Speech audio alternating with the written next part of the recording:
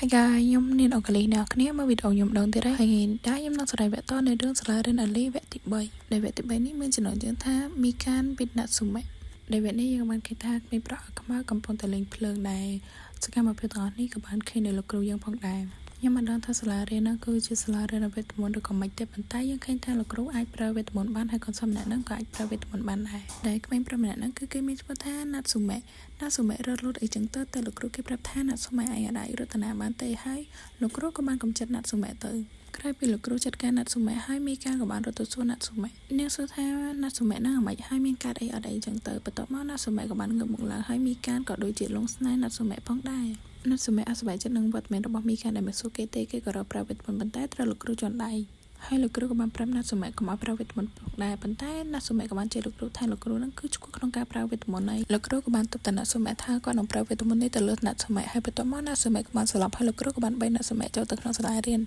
ដោយនាំមីកានទៅជាមួយផងដែរឥឡូវនេះយើងកំពុងគេថា3នាក់គាត់នឹងកំពុងតែនៅក្នុងបន្ទប់ឯសាលារៀនហើយលោកគ្រូក៏បាននិយាយប្រាប់ថាណាត់ស៊ូមេហ្នឹងគឺជាក្មេងស្លក់នៅពេលដែលគេចឹងលោកគ្រូក៏បានប្រាប់មីកានថាមិនបាច់បារម្ភទេនៅទីនេះជាមួយណាត់ស៊ូមេទៅគាត់ក៏ត្រូវរាយការណ៍អំពីការចូលសាលារៀនរបស់មីកានផងដែរក្រោយពីលោកគ្រូនិយាយរួចលោកគ្រូក៏បានចាក់ចេញទៅហើយមីកានក៏មិនប្រកែកថាមិនតែមានតែរងចាំនៅទីហ្នឹងជាមួយណាត់ស៊ូមេតែម្ដងហើយមីកានដូចមានអារម្មណ៍ថាគឺចាប់អារម្មណ៍ទៅលើណាត់ស៊ូមេហ្មងគឺមើលទៅមុខណាត់ស៊ូមេទេដែលគេថាណាត់ស៊ូមេគេអញ្ចឹងមីកានក៏បានទៅលេងមុខណាត់ស៊ូមេហើយក៏គិតថាណាត់ស៊ូមេហ្នឹងគឺមិនភ្ញាក់ទេក្រោយពីនាងក្តិតពរគេរួចអញ្ចឹងប៉ុន្តែការគិតគឺវាអត់ដូចការពិតណាណាត់ស៊ូមេហ្នឹងក៏បានទាញសក់របស់មីកានហើយក៏បដិមីកានហ្នឹងទៅលើស្រងហើយក៏បាននិយាយថាចេះគាត់នឹងទុកពេលឲ្យនាង5វិនាទីក្នុងការឆ្លើយសំណួររបស់គាត់ហើយគាត់ក៏បានសួរថាមីកានហ្នឹងគឺជានរណាអ្នកគ្នាមើលទៅទឹកមកមីកានទៅគ្រាន់តែមើលក៏យើងដឹងថាមីកាននិយាយចេញដែរបន្តិចក្រោយមកយើងក៏បានឃើញថាមិត្តភក្តិម្នាក់របស់ណាត់ស៊ូមេហ្នឹងក៏បានចូលមកក្នុងហ្នឹងហើយក៏បានប្រាប់រឿងរ៉ាវខ្លះទៅកាន់ណាត់ស៊ូមេហើយគេក៏បានឃើញថាណាត់ស៊ូមេកំពុងតែនៅលើមីកានហើយគេបានសួរថាចេះតែកំពុងធ្វើអ្វីហ្នឹងហើយនាងគឺជាណាគ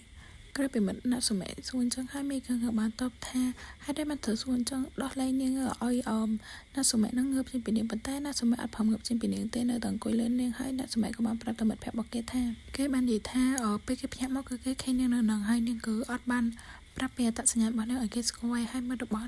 ណាត់ស៊ូមេនឹងសួរថាមានតម្រុយអីពីនាងអត់ណាត់ស៊ូមេក៏បាននិយាយថានាងអត់ព្រមស្ដាប់ខ្ញុំឯងអញ្ចឹងខ្ញុំនឹងធ្វើឲ្យនាងយំមីកានលើអញ្ចឹងមីកានបាននិយាយថាចេះខ្ញុំប្រាប់ថាឲ្យចាក់ចេញពីខ្ញុំអ្នកណាម្នាក់ក៏បានដែរមកជួយខ្ញុំផងសម្លេងសេរបស់មីកាននឹងក៏បានលើដល់លោកគ្រូហើយលោកគ្រូក៏បានចូលក្នុងបន្ទប់នឹងដែរហើយក៏បានសួរថាមីកានតែអត់អីមែនមីកានឃើញគ្រូមកហើយក៏បានរត់ទៅគ្រូហើយឡើងឈូសសពុតហើយណាគ្នា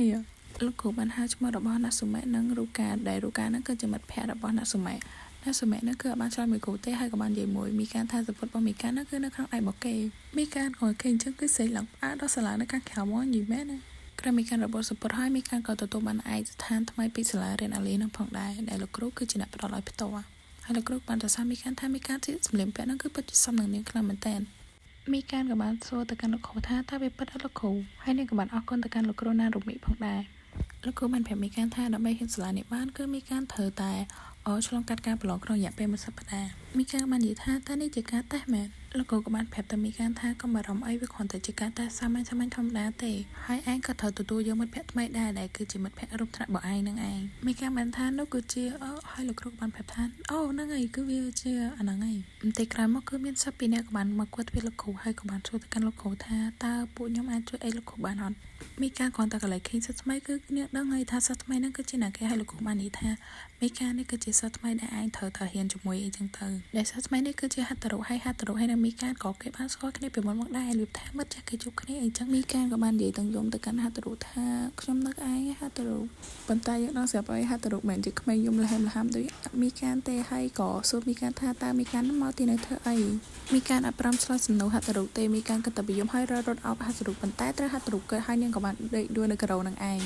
ហើយដូចអញ្ចឹងគឺហត្ថរុគឺគេអត់បារម្ភអីទេគឺគេមានតែស្ដីឲ្យមីកានថែមហើយមីកានក្រោយពីងើបមកក៏បានហៅឈ្មោះហត្ថរុទៀតប៉ុន្តែក៏ត្រូវហត្ថរុស្ដីឲ្យផងដែរយំតែហត្ថរុហ្នឹងគឺក្មេងមាត់រឹងហ្មងហត្ថរុបាននិយាយថាមីកានវាមិនមែនជាពេលដែលឯងត្រូវមកធ្វើទឹកមុខអញ្ចឹងដាក់យើងឯងរបៀបអញ្ចឹងណាអ្នកគ្នាមីកានក្រោយពីហត្ថរុស្ដីឲ្យនាងក៏បានងើបហើយក៏ជួយទឹកភ្នែកចេញអញ្ចឹងទៅហើយក៏បាននិយាយធម្មតាទៅកាន់ហត្ថរុវិញវាអត់អីទេយើងកុំធ្វើដំណើរយ៉ាងឆ្ងាយយ៉ាងលំបាកព្រោះតែយើងចង់ជួបមុខឯង តើយើងអាចអបអីបានអ្នកគ្នាđangមានការតបថ្មីមានការតបថាចេះយើងគិតថាមានតំណែងឈ្មោះទេដែលមកកន្លែងនេះដើម្បីចង់ជួបមុតប៉ុន្តែក៏វាធ្វើឲ្យយើងមានអារម្មណ៍ភ្ញាក់ផ្អើលដែរមកនេះមកកន្លែងហាត់តរុនិយាយថាមកនេះមកហ្នឹងគឺហាត់តរុចង់ឲ្យមានការមកអោបគេប៉ុន្តែគេនិយាយពីអោបទេមានការក៏ដឹងដែរហើយមានការក៏បានរត់ទៅអោបហាត់តរុទៅយំទៅមានការអោបហាត់តរុទាំងយំមកយំទៅ